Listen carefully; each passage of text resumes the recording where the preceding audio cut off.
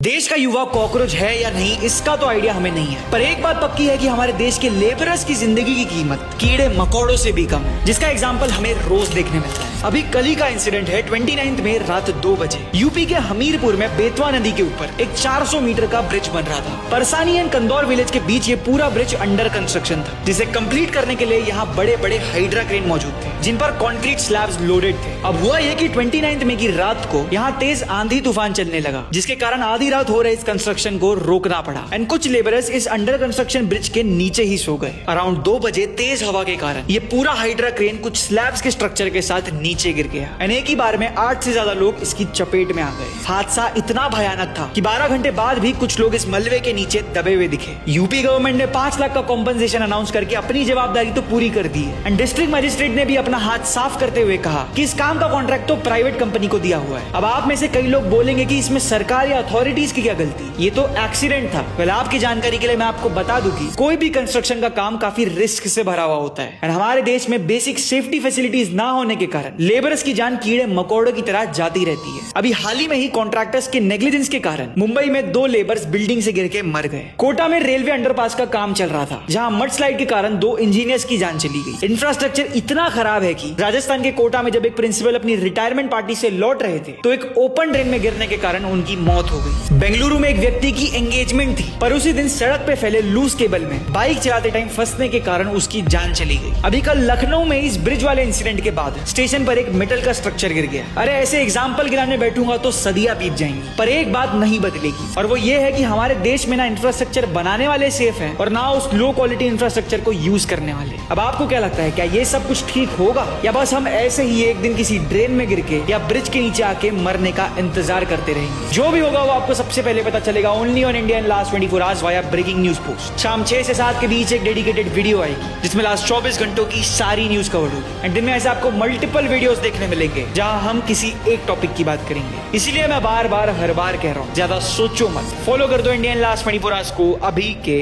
अभी।